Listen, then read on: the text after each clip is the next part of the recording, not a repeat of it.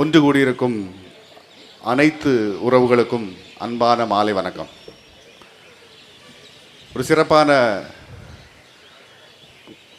காலகட்டத்தில் இப்படி ஒரு தேர்தல் நேரத்தில் அருமையான முன்னேற்பாடுகளுடன் இந்த நிகழ்வை ஒருங்கிணைத்திருக்கிறோம் தோவாளை கிழக்கு மாவட்ட உறவினர்களுக்கு என்னுடைய வாழ்த்துக்கள். முன்னின்று இதை வழிநடத்தி செல்லும் மாநில சுற்றுச்சூழல் பாசறை துணை செயலாளர் தம்பி வேணுச்சந்தர் அவர்களுக்கும் என்னுடைய வாழ்த்துக்கள். நம்மெல்லாம் நினச்சி கூட பார்த்துருக்க மாட்டோம்னு நினைக்கிறேன்ல, இப்படி ஒரு நம்ம வாழ்க்கையில் ஒரு அரசியல் கட்சியில் சேர்ந்து ஒரு பிரச்சாரத்தை பண்ணி நமக்கான அரசியல் வெற்றியை எப்படி உறுதிப்படுத்தணும் அப்படின்ற ஒரு திறமையோட நம்மளையே அரசியல் படுத்தி சிந்தனையிலையும் செயல்லையும் ஒரு அரசியல் எப்படி இருக்கணும், ஒரு நேர்மையான புரிதல் எப்படி இருக்கணும், நீ என்ன வேணாலும் புரிஞ்சிட்டு இருந்திருக்கலாம், நீ என்ன வேணாலும் இருக்கலாம். இந்த தளத்துக்குள்ளே வந்ததுக்கு அப்புறமா நீ எப்படி யோசிக்கணும், நீ எப்படி இந்த சேர்ந்து இந்த பூமி பந்தில் ஒரு இனிமையான வாழ்க்கையை வாழணும் அப்படின்ற ஒரு புரிதல் இல்லை, அது ரொம்ப ஒரு மகிழ்ச்சியும் கௌரவமாக தான் இருக்குது. ஏன்னா நானும் ஒரு சுயநலமான ஒரு வாழ்க்கையை தான் நம்ம ஓடிட்டு இருந்தோம் ஒரு 20-25 வருஷமாக. யோசித்து பார்த்தா உண்மையிலேயே எம்எல்ஏவும் எம்பியும் கவுன்சிலரும் ஆகவா நம்ம இந்த கட்சியில் சேர்ந்தோம்? கொஞ்சம் சொல்லுங்கள், யோசித்து பாருங்கள். இது அரசியல் தேர்தல் அரசியலை நம்ம கையில் எடுத்து நகர இதெல்லாம் இந்த விளையாட்டில் ஒரு முக்கியமான மைல்ஸ்டோன்ஸ், இதெல்லாம் இந்த விளையாட்டில் ஒரு முக்கியமான பொறுப்புகள் அப்படின்றத அறிஞ்சு தானே நம்ம இதை செய்கிறோம். அதுக்கு முன்னாடி ஒரு முக்கியமான ஒரு வெற்றி ஒன்று இருக்கே. முதல்ல இந்த தமிழ் தேசியம் அப்படின்ற தத்துவம் எதனால இந்த கட்சியில் நம்ம சேர்ந்து இணைகிறோம்? ஏன் நீ திமுகவில் போய் இணையில? ஏன் நீங்கள் அதிமுகவில் போய் இணையில? ஏன் நாம் தமிழ் என்ற கட்சியை சேர்ந்தெடுத்தீங்க? கொஞ்சம் யோசித்து பாருங்களேன். நான் யோசித்து நான் இணைச்சிக்கிட்ட இந்த கட்சி மாதிரி தான் இங்கே இருக்கிற ஒருத்தரும் உங்களை நீங்கள் நாம் தமிழ் கட்சியில் இணைச்சிருப்பீங்க அப்படின்னு நான் தீர்க்கமாக நம்புகிறேன். நீங்கள் அது உண்மையாக இருந்தால் உண்மையிலேயே நீங்கள்லாம் உண்மையிலேயே ஒரு மேன்மையானவர்கள். உங்களுடைய ஒவ்வொருவருடைய சிந்தனையும் ஒத்துழைப்பும் இந்த கட்சியை பலப்படுத்திருக்கிறதுல மாற்றுக்கிறதே கிடையாது. குறிப்பாக சொல்லுவாங்க, மற்ற கட்சிகள் பேர் எடுக்கலை, இங்கே இருக்கிற நாம் தமிழர் தவிர எல்லா கட்சிகளும் அரசியல் கட்சிகள் நான் குறிப்பிடுவேன். அவங்க ஸ்டைலில் அதே டெம்ப்ளேட்டில் நாம் தமிழர் இயங்காது. நீங்கள் நினைக்கிற மாதிரி 20க்கு 30, 50க்கு 60, 1000 2000 போஸ்டர், 4 feet 6 feet போஸ்டர் இது அடிக்க மாட்டாங்க. இதை நினச்சி பண்ண மாட்டாங்க. இதை பண்ணுறதுக்கு வரல, இந்த போட்டி போட வரல நாம் தமிழர். வேற என்ன செய்ய வந்தோம்? உண்மையிலேயே ஒரு மக்கள் அதிகாரம்னா என்ன? உண்மையிலேயே மக்களுக்கான அரசியல்னா என்ன? உண்மையிலேயே ஒரு அரசியல் கட்டமைப்பு ஒரு நாட்டில் இருந்தால் இந்த மண்ணையும் மக்களையும் நேசிக்கிற ஒரு அரசியல் கட்டமைப்பு இருந்தால் அது எப்படி இருக்கணும்? அதை செஞ்சு முடித்து இந்த மண்ணோட அரசியலை வென்று கையில் எடுக்கிறதுக்கு தான் நம்ம நாம் தமிழ் கட்சியில் வந்திருக்கிறோம். அதனால் இங்கே இருக்கிற பத்திரிகையாளர், இங்கே இருக்கிற திறனாய்வாளர்கள் அவங்களுக்கு நாம் தமிழர் கட்சியோட இயங்கியலும் மற்ற கட்சியோட இயங்கியலையும் ஒரே தராசில் நீங்கள் பார்க்கக்கூடாது. எங்களுக்கு வெற்றின்றது எம்எல்ஏவோ சிஎம்ஓ ஆறுது இல்லை. அது எங்கள் தலைமை ஒருங்கிணைப்பாளர் சீமானுக்கும் தெரியும். சிஎம் ஆகாமலே இன்னைக்கு தமிழ்நாட்டுடைய தலையெழுத்தையும் தமிழ்நாட்டுடைய களத்தையும் முடிவு பண்ணுறது எங்கள் தலைமை ஒருங்கிணைப்பாளர் செந்தமிழன் சீமான்னு சொன்னால் நீங்கள் மறுப்பீங்க முடியுமா? 15 வருஷத்தில் சொத்தை மனிதனாக கத்தி இந்த மண்ணோடைய அரசியல் போக்க மாற்றி ஒருத்தவங்க நம்ம ஒவ்வொரு வீட்டுக்குள்ளேயும் நுழைஞ்சி, சில பேர் சொல்கிற மாதிரி பிறந்ததுலேருந்து வீட்டுக்குள்ளே ஒவ்வொரு வீட்டுக்குள்ளே நான் இருக்கின்ற மாதிரி இல்லை, அறிவு சொல்லி யோசிக்கிற ஒருத்தர் வீட்டிலையும் மனசுலையும் ஒருத்தர் ஒளிஞ்சிருக்காருன்னா அது நம்ம செந்தமிழன் சீமான்றது மாற்றுக்கிறதே கிடையாது. அவருக்கு இந்த இடத்துல ஒரு பெரும் பாராட்டையும் நன்றியையும் சொல்லித்தாகணும். ஒருவேளை அண்ணன் இல்லாமல் இருந்திருந்தால் நம்மெல்லாம் இப்போ எப்படி யோசிச்சிருப்போம், எப்படி நம்ம வாழ்க்கையை வாழ்ந்துருப்போம்னு சொன்னால் யோசித்து பார்க்கறதுக்கும் கஷ்டமாக தான் இருக்குது. ரொம்ப செயற்கையாக இருந்திருக்கும்னு நினைக்கிறேன். நம்மளை பிடிக்காமல் போயிருக்கும். அந்த அடிப்படையை யோசித்து பார்க்கும்போது இந்த தேர்தல், எலெக்ஷன், எம்எல்ஏ இதெல்லாம் ஒன்றும் பெரிய விஷயம் ஒன்று நமக்கு இல்லைன்னு நினைக்கிறேன். அதே மாதிரி தான் எங்கள் வேட்பாளரும் எம்எல்ஏலாம் இருக்கட்டும், எம்எல்ஏ இல்லாட்டாலும் மக்களுக்கு என்ன செய்யணும்? இந்த தேர்தல் அரசியல், இந்த கான்ஸ்டிடியூஷன் ஆஃப் இந்தியா அது என்ன சொல்லுது? ஒரு படித்தவன் அரசியலுக்கு வந்தால் என்ன செய்வான்? ஒரு படித்தவன் அரசியல் வந்தால் எப்படி நியாயத்தை பார்ப்பான்?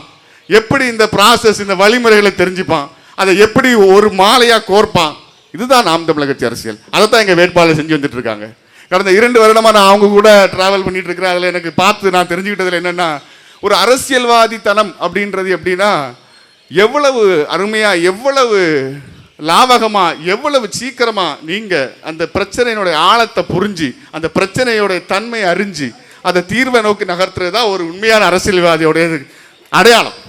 அந்த வகையில் எங்க கன்னியாகுமரி சட்டமன்ற தொகுதிக்கு என்னால் அடித்து சொல்ல முடியும், ஒரு திறமையான ஒரு வேட்பாளர் தான் அன்னைக்கு கண் எடுத்துருக்காங்க. என்ன அவங்க எங்கள் வீட்டுக்குள்ளேயே ஒளிஞ்சிருக்காங்க. அதுதான் நாங்கள் கண்டுபிடி, எங்களுக்கெல்லாம் ஒரு பெரிய பெருமை. உண்மையிலேயே இங்கே இருக்கிற எல்லாத்தையும் மாதிரி மண்ணையும் மக்களையும் நேசித்து ஒரு பெரும் பணி சுமையை எடுத்து தான் கடந்த 2 வருடமாக கன்னியாகுமரி சட்டமன்ற தொகுதியுடைய மூலையும் முடுக்கையும் தொட்டு அந்த மக்களை பார்த்து அவங்களுடைய வாழ்க்கையுடைய தன்மையை புரிஞ்சு இந்த நாம் தமிழ் என்ற அமைப்பை கெட்டமைச்சு கொண்டு போயிட்டு இருக்கிறாங்க. அதுக்கு இந்த மேடையில் நான் எங்களுடைய வேட்பாளருக்கு ஒரு நன்றியை தெரிவிச்சுக்கிறேன். நமக்கு கூட இருக்கிறதுனால தெரியுது, தெரியாதவங்களுக்கு எனக்கு ஒரு அடிஷ்னல் டியூட்டி இருக்குது. இவங்களுக்கு வீட்டுக்காரராகவும் நான் இருக்கிறேன். அதனால் நமக்கு இவங்களுடைய எண்ணமும் சிந்தனை நமக்கு தெரியும்.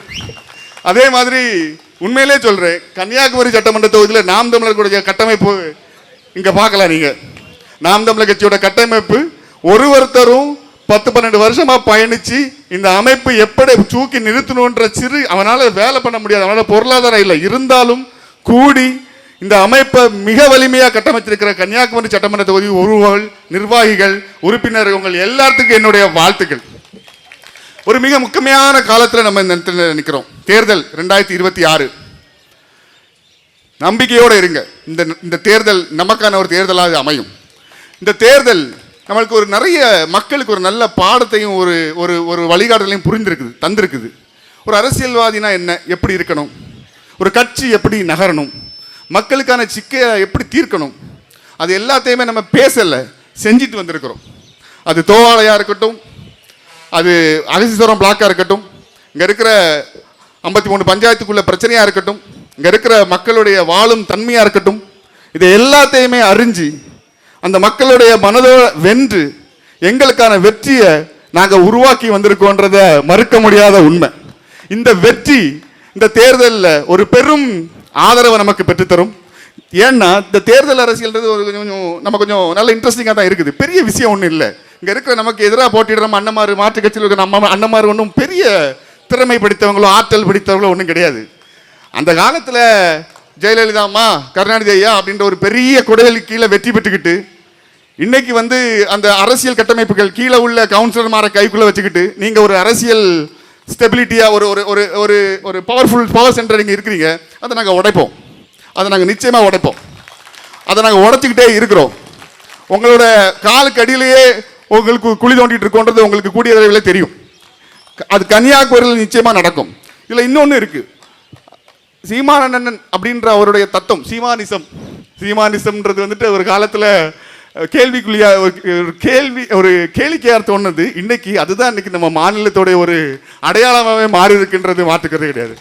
அவனே கூட்டணி கணக்கு பேசிட்டு இருக்கிறான். அவர் பாட்டுக்கு ஒரு ஆட்சி வரைவை வெளியிட்டு இப்படி தான் செய்யணும்.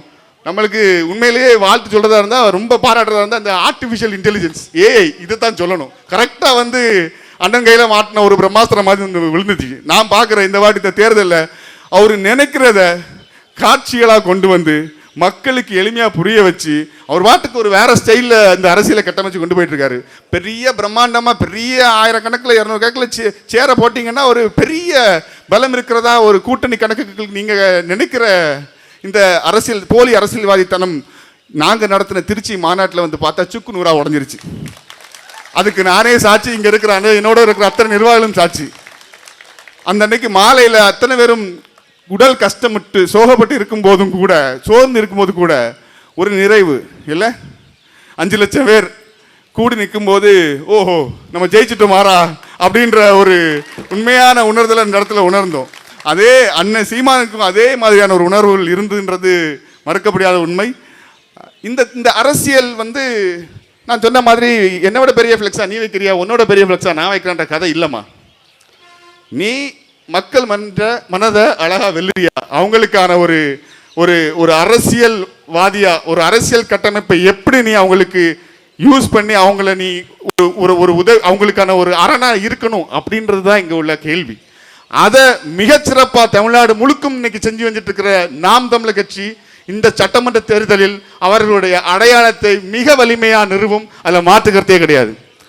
தேர்தல்னாலே நம்மளுக்கு வந்துட்டு ஒரு பெரிய திருவிழா, வெற்றி தோல்வியையும் தாண்டி நம்மளுக்கு ஒரு திருவிழா. திருவிழாவை இது எங்களுக்கு எத்தனாவது தேர்தல், 5வது 6வது தேர்தல் நம்ம களமாடுறோம். இந்த தேர்தல் வந்து எங்களை இன்னும் செதுக்கி செதுக்கி செழுமைப்படுத்தி நம்மளை வலிமைப்படுத்தி தான் செல்லும். அது இந்த தேர்தலில் நம்ம எல்லாரும் காணுவோம். இந்த தேர்தலில் கன்னியாகுமரி சட்டமன்ற தொகுதிக்கு நான் ஒன்னே ஒன்று தான் சொல்ல விருப்பப்படுறேன். நம்புங்க, உங்களுக்காக உண்மையிலே உழைக்கக்கூடிய ஒரு வேட்பாளர் நாம் தமிழர் கட்சி தயார் பண்ணி கொடுத்துருக்குது.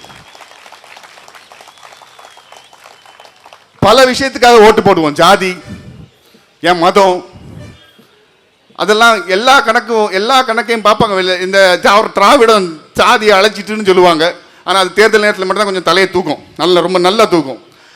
அதெல்லாம் தாண்டி உண்மையிலேயே ஏன் சார்பா, என் ஒட்டுமொத்த கன்னியாகுமரி சட்டமன்ற தொகுதி சார்பா என்ன சட்டமன்றத்தில் ரெப்ரசன்ட் பண்ண போற என் குரலா ஒலிக்கக்கூடிய வேட்பாளர் எப்படி இருக்கணும், அவங்க தகுதி எப்படி இருக்கணும், அவங்க சிந்தனை எப்படி இருக்கணும் அப்படின்றத கொஞ்சம் யோசித்து பாருங்க. யோசிச்சு பார்த்து உங்களுடைய தலைமுறை, உங்களோட பிள்ளைகளையும் கொஞ்சம் யோசித்து பாருங்க. உங்க பிள்ளையோட வாழ்க்கையை இங்க நல்லா படிக்க வச்சு வெளிநாட்டுக்கு வேலைக்கு அனுப்புறதுக்கு தான் அத்தனை தந்தைமாரும் தாய்மாரும் வேலை பார்க்குறாங்கன்னு நினைக்கிறேன். வேற எதுவும் கிடையாது. இந்த பெரிய படித்த மாவட்டம்னு சொல்றோம், படித்த கூலிகளாக தான் நம்ம இவங்களை வெளியே அனுப்புறோம். நாங்கள் வெளிநாட்டில் இருந்திருக்கிறோம், இங்கே இருக்கிற எல்லாருமே வெளிநாட்டில் இருக்கிறாங்க, படித்த கூலிகளாக வெளியே அனுப்புறோம். இதுதான் நீங்க உங்களுடைய படிப்புடைய புரிதல்.